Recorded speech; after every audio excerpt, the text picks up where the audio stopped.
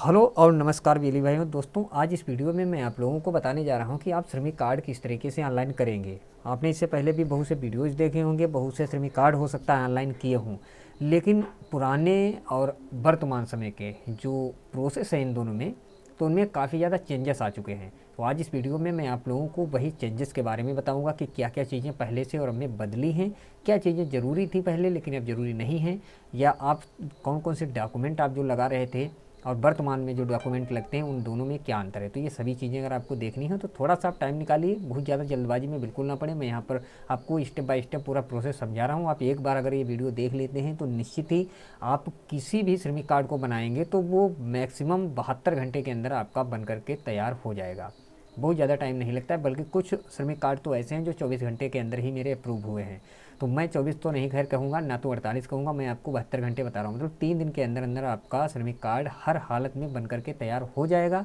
लेकिन कंडीशन इतनी है कि आप इस वीडियो को देख लें और यहाँ पर जो चीज़ें मैं आपको बताऊँ वो सभी चीज़ें आप फॉलो कर लें। ओके, तो चलिए हम शुरुआत करते हैं। इसके लिए सबसे पहले तो आप इस तरीके से वेबसाइट पे आएंगे। यहाँ पर आने के बाद आप श्रमिक और श्रमिक पंजीयन या संशोधन जो लिखा है इस पर आप सिंपल सा करेंगे क्लिक। यहाँ क्लिक करते ही आपके सामने वेबसाइट इस तरीके से आ जाएगी। अब अभी कुछ समय पहले ये वेबसाइट वर्क नहीं कर रही थी, मतलब यहाँ पर जब हम डाल रहे थे आधार कार्ड नंबर तो ये वेबसाइट यहाँ पर रुक रही थी, बैक हो रही थी। तो वो कोई एरर नहीं था उस समय पर। मैंने कमेंट मेरे पास कई लोगों के आए तो मैंने बता भी दिया कि भैया ये इस समय पर सिर्फ और सिर्फ वेबसाइट की दिक्कत है, अब थोड़ा पेशेंस बना के रखिए, इंतजार कर लीजिए। और फाइनली आज ये वेबसाइट चल चुकी है। उसके बाद आप अपना मंडल चुनेंगे, उसके बाद यहाँ से अपना ज़िला, और यहाँ पर आप मोबाइल नंबर डालेंगे। अब देखिए मोबाइल नंबर में आप ऐसा वैसा कोई मोबाइल नंबर नहीं डालना है आपको।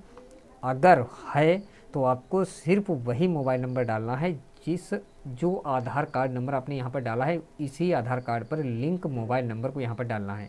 अगर लिंक नहीं है तब आप कोई भी डाल सकते हैं, और कोशिश करें कि जो नंबर आप यहाँ पर डालें उसे लिंक ज़रूर करा लें, ठीक है। तो इससे ये रहता है कि वेरिफिकेशन में थोड़ा टाइम कम लगता है और बहुत ही फास्ट तरीके से आपका वेरिफिकेशन हो जाता है, और उस कंडीशन में आपका श्रमिक कार्ड जल्दी बन करके तैयार होता है।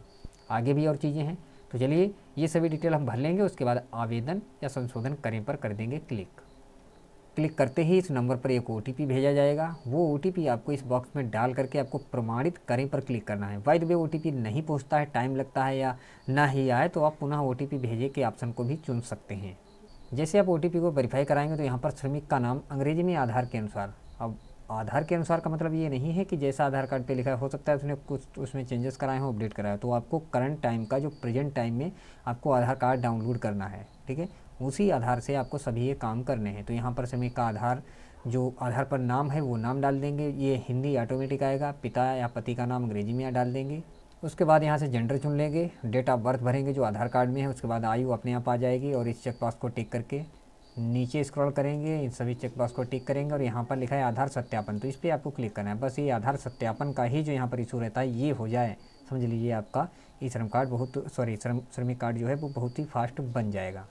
जैसे आपका सत्यापन हो जाएगा लिख करके भी आएगा आपके आधार का सत्यापन हो गया है, इसे आप ओके कर देंगे। और इस तरीके से आप देखेंगे कि यहाँ पर ये चीज़ें चेंजेस इनमें हो चुके हैं। पुराना जो प्रोसेस था उसमें ये चीज़ें नहीं थी।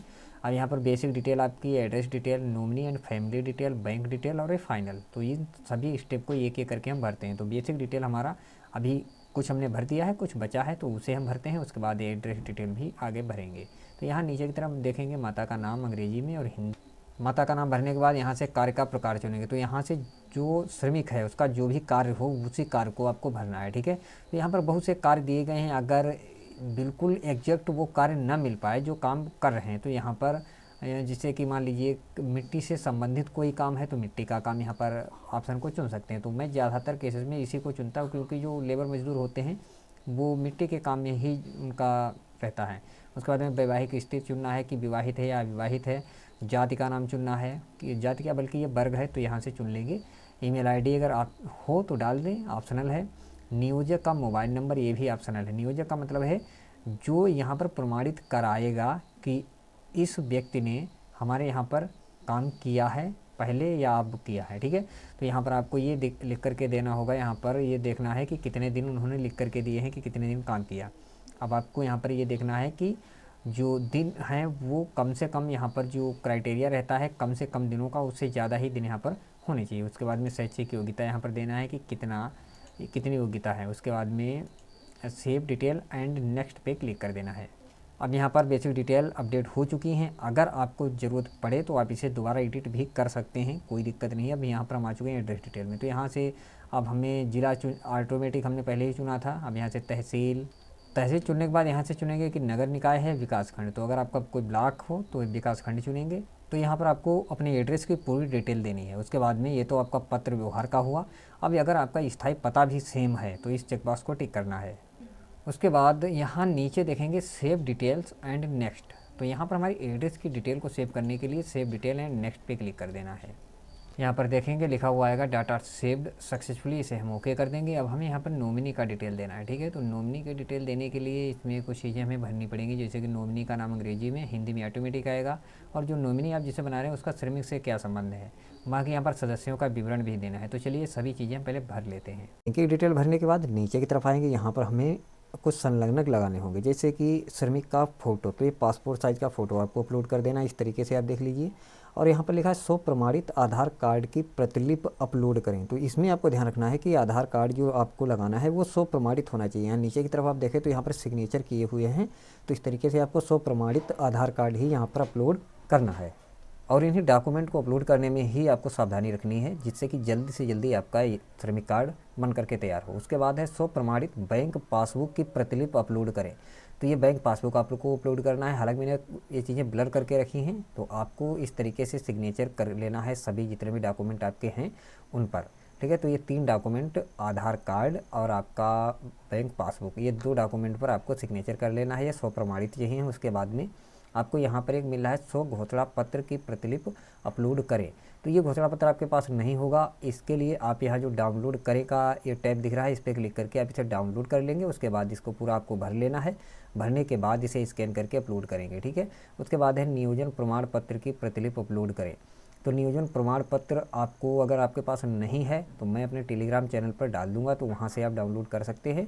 मैं वीडियो में पहले ही बता चुका हूँ, टेलीग्राम चैनल का लिंक आपको इस वीडियो के डिस्क्रिप्शन में मिल रहा है, वहाँ पर जा कर के आप चैनल पर पहुँच सकते हैं और वहाँ से आप ये नियोजन प्रमाण पत्र डाउनलोड कर लेंगे। ओके, अब आपको यहाँ पर डाउनलोड करने के बाद इनको जो डॉक्यूमेंट आप अपलोड करेंगे, इनमें आपको एक बात ध्यान ये रखनी है कि फाइल की साइज़ जो है वो 100 KB से अधिक नहीं होनी चाहिए। जितने भी डॉक्यूमेंट आप अपलोड करें वो अधिकतम 100 KB के हों।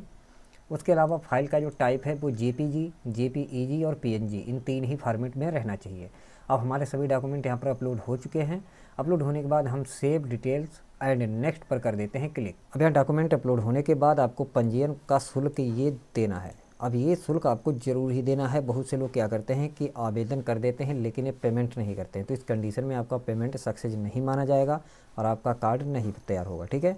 तो आपको ये सभी चेकबॉक्स को टिक कर लेना है इस तरीके से। अब यहाँ पर देखिए 20 रुपये पंजीयन राशि है और 20 रुपये आपका 1 साल का है, तो यहाँ पर कुल आपको 40 रुपये पेमेंट करना है।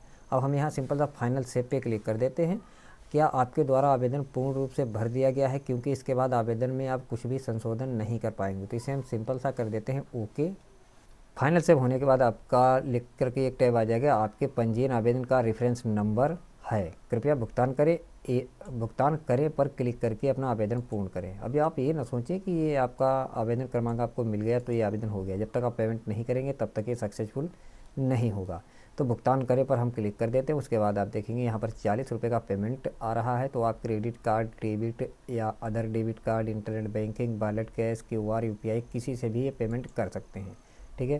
तो चलिए हम यहाँ पर पेमेंट QR से करके देखते हैं और ये हमारा पेमेंट सक्सेसफुल हो गया। यहाँ पर आप देखें आवेदन संख्या, पंजीयन शुल्क, भुगतान तिथि और भुगतान नंबर, तो ये चीज़ें हमारे पास आ चुकी हैं। इसका हमें एक फ़ोटो मोबाइल में आप कैप्चर करके इसे रख लीजिएगा।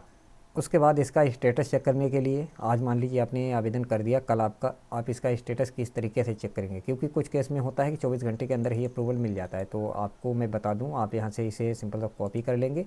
कॉपी करने के बाद आप फिर से इसी वेबसाइट पर आएंगे। यहाँ पर आने के बाद श्रमिक में आपको आना है, लिखा है पंजीयन की स्थिति, तो इस पर आप क्लिक कर देना है, ठीक है।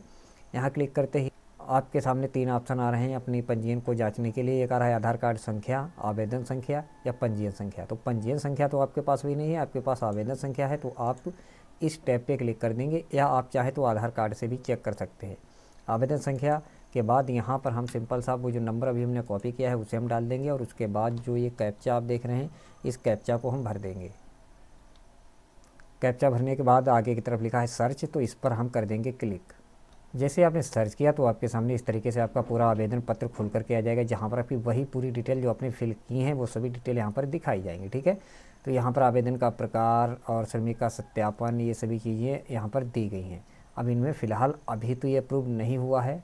जैसे ही आपका ये अप्रूवल कंप्लीट हो जाएगा तो यहाँ पर जो आवेदन संख्या लिखा है इसकी जगह आपको एक पंजीयन संख्या लिखा हुआ मिलेगा, जो पंजीयन संख्या आपको लिखी हुई मिल जाएगी। और जैसे वो पंजीयन संख्या आपको मिले तो उसके बाद आप यहाँ श्रमिक के टैब में आकर के और यहाँ पर आप देखेंगे नीचे की तरफ लिखा है श्रमिक सर्टिफिकेट, तो इस वाले टैब पर आप क्लिक कर देंगे।